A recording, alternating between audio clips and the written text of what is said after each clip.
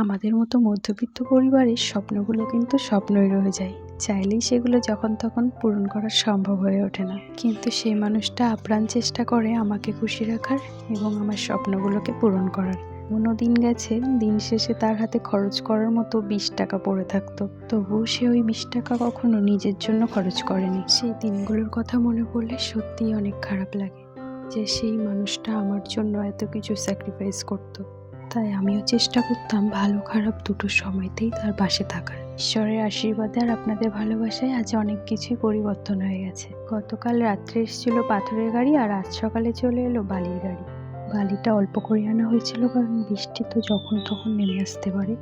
ইলেকট্রিকের কাজের আজ ছিল লাস্ট ডে, এরপর শুরু হবে ঘরের ভেতরের কাজ। যেহেতু কাজটা তাদেরকে কন্ট্রাক্টে দেওয়া হয়েছিল, তাই তারা তাদের টাইম অনুযায়ী এসে কাজটা করে দিয়ে যেত।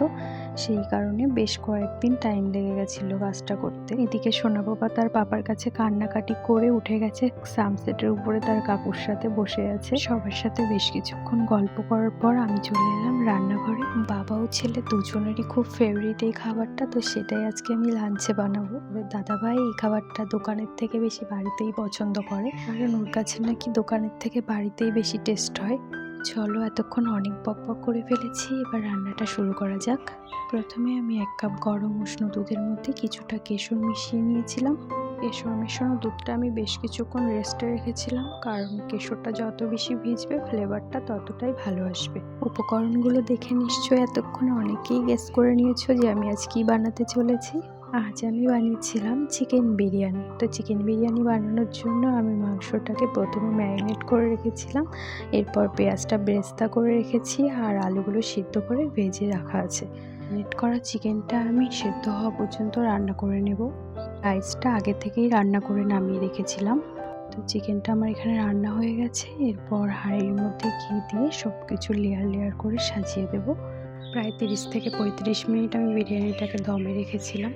বিরিয়ানিটা গ্যাসের থেকে বেশি ভালো হয় কাঠের উনুনে করলে, কারণ লাস্টে যে বিরিয়ানিটা দমে দিই 30 থেকে 35 মিনিট, তখন গ্যাসে দিলে কি হয়, ঘাড়ের নিচে অনেকটা লেগে লেগে যায় আর ভালো হয় না খুব একটা। এই জন্য কাঠে দিলে কাঠের আগুনটা পরিমাণ মতো থাকে, তো দমটাও খুব ভালো হয়। তো রেডি হয়ে গেছে আমার বিরিয়ানি, আর তোমরা দেখতেই পাচ্ছ কেমন হয়েছে। দেখতে কিন্তু অসাধারণ হয়েছিল, আর খেতে তার থেকেও বেশি ভালো হয়েছিল। আমি নিজে হাতে বানিয়েছি বলে বলছি না, সত্যি বিরিয়ানিটা খেতে অসাধারণ হয়েছিল। আর যারা আমার হাতে বিরিয়ানি খেয়েছে তারা অবশ্যই ভালো জানে, আমার থেকে হয়তো ফিডব্যাকটা তারা ভালো দিতে পারবে। রেসিপিটা তোমরাও চাইলে বাড়িতে ট্রাই করতে পারো। এতক্ষণ সাথে থাকার জন্য সবাইকে অনেক অনেক ধন্যবাদ।